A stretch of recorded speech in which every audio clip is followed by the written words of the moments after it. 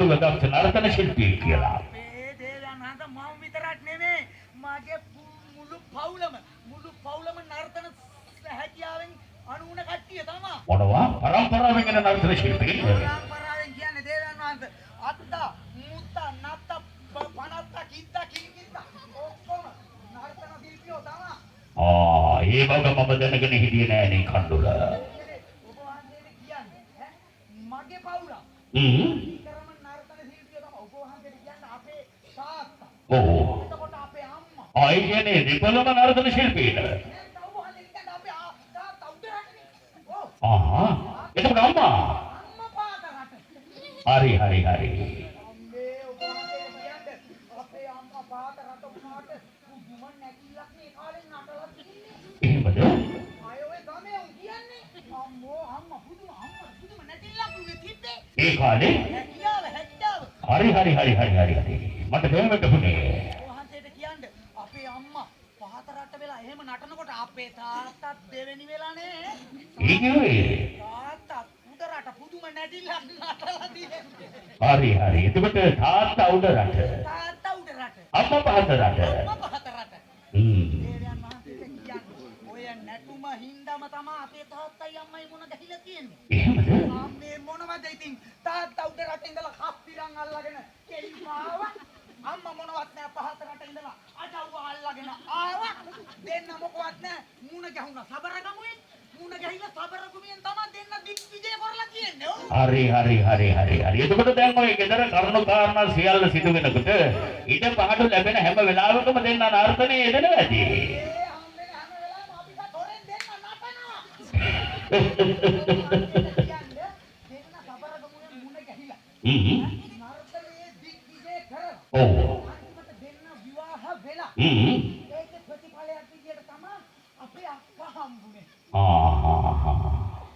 අක්කා හම්බෙලා දෙන්න ඇයටත් නටන්න පුළුවන්ද? අපේ අක්කා අපේ අක්කා නටන්නේ නැත්නම් මේ ගම් හතට එකෙක්වත් නටලා නැහැ.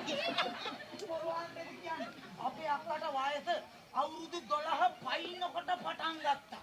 නටන්න? නටන්න කියන්නේ ඉස්සරලම අපේ අක්කා ගේ වටේ නැටුවා. ඊට පස්සේ ගම වටේ නැටුවා. අන්තිමට අක්කා රට වටේ නැටුවා. හරි අපූර්ව නර්තන ශිල්පියෙක් නේ මම දැනගෙන හිටියේ නෑනේ කලින්. දේවයන් වහන්සේට කියන්නේ අපේ අක්කා නටපු නැතිල්ල කියන්නේ මුළු ගම් හතම දන්නවා. අන්තිමට නටලා. ඔව්. අපේ අක්කාගේ නැතිල්ල වැඩිකමට ගමෙනුත් යන්න වුණා. ඔව්. එහෙමද? අක්කාට ඉඳලානේ අක්කාගේ නැතිල්ල වැඩිකමට තාපෝනේ අපිටත් ගමෙන් යන්න වෙනවා.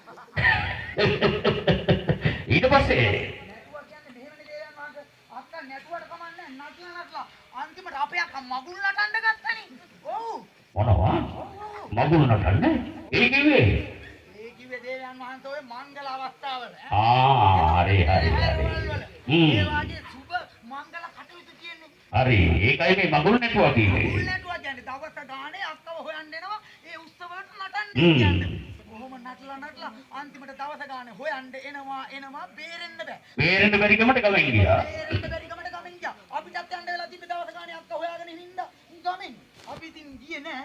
දේවයන් වහන්සේ අක්කා හැම කොහොම හරි අපේ අක්කා නටාගෙන ගිහිල්ලා අපේ අක්කා අන්තිමට නටන්නේ උඩ.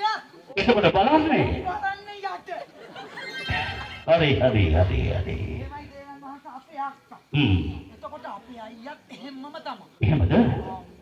අපේ අයියා නටපු නැටිල්ල නටලා අයියා අන්තිමට පිස්සු නැටුවානේ. ඔව්. ඒ කියන්නේ ඒ තරමට නැටුම වැඩි වුණා. නැටුම වැඩි වුණා. ඒ කරලා දේවයන් වහන්සේ ඊට පස්සේ මම මාගේ නැටුම් නම් මොනවද කිසම් මම දන්නේ නෑනේ කණ්ඩුල මේ තරම් දක්ෂ නර්තන ශිල්පියෙක් මේ රාජමාලිගාවේ මගේ ළඟින් ඉන්නවා කියලා. එහෙම දැනගෙන හිටියනම් කවදාකවත් නෘත්‍ය ශාලාවේ රංගන ඉදිරිපත් කරන නැටුම් ශිල්පිනියන් මේ රාජසභාවට කෙලවන්නේ නෑනේ. කියන්නේ ඕක මටත් දේවයන් වහන්සේට කලින් කියන්න බැරුණානේ.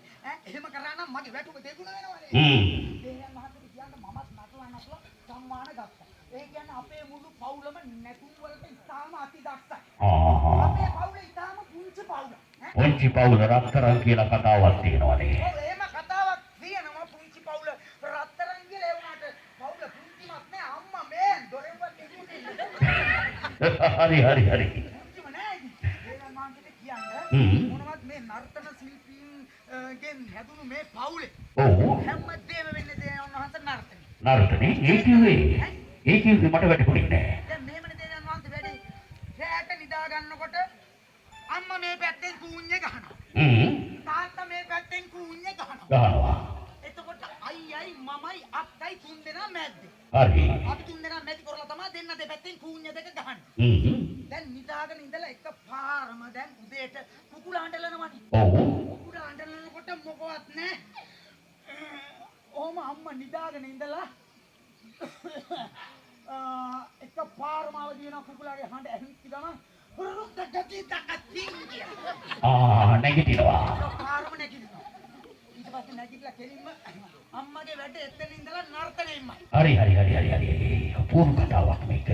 මොනවද රුන්ද රුන්දක් ගත්ත රුන්ද රුන්දක් ගත්ත රුන්ද රුන්දක් ගත්ත රුන්ද රුන්දක් ඒ මොකද? කෙලින්ම අවදි වෙලා අම්මා කුස්සියට යන්නේ නර්තනෙයින්ම. මොන දෙයකට? ගිහිල්ලා මොකවත් නෑ. රුන්ද රුන්දක් ගත්ත රුන්ද රුන්දක් ගත්ත රුන්ද රුන්දක් ගත්ත රුන්ද රුන්දක් ගත්ත රුන්ද රුන්දක් ගත්ත රුන්ද රුන්දක් අන්න ඒ මොකද කරන්නේ? ඒ මොකද කරන්නේ? අම්මා මුළු තැන්ගෙට ගිහිල්ලා ලිපවුලනවා. හරි. ඒ අවුලලා ඊට පස්සේ ඉතින් රුන්ද රුන්දක් ගත්ත රුන්ද රුන්දක් ගත්ත රුන්ද රුන්දක් ගත්ත රුන්ද රුන්දක් ගත්ත රුන්ද රුන්දක් ගත්ත ඒ මොකද ඒකමද? කේතලි ලිපෙද්ද නැටුමෙන්මයි ඔක්කොම. හරි. නැටුමෙන් වයි. ඔව් දැන් කේතලේ පැහිගෙන එනවා. ඔය වහන්සේට කියලා කේතලේ පැහින්නෙත් නර්තනෙන්ටමනේ. එහෙමද? ඔව් මොකවත් නැහැ කේතලේ පැහිගෙන එනකොට ගොජ ගා. අන්තිමට හොන්දටම පැහැෙනකොට ගොජ ගා. කේතලේ පැහිලා නර්තනෙටම. කේතලේ පැහුනට පස්සේ අම්මා රුන්ද රුන්ද ගත්ත රුන්ද රුන්ද ගත්ත. ඒවක් කරනවා.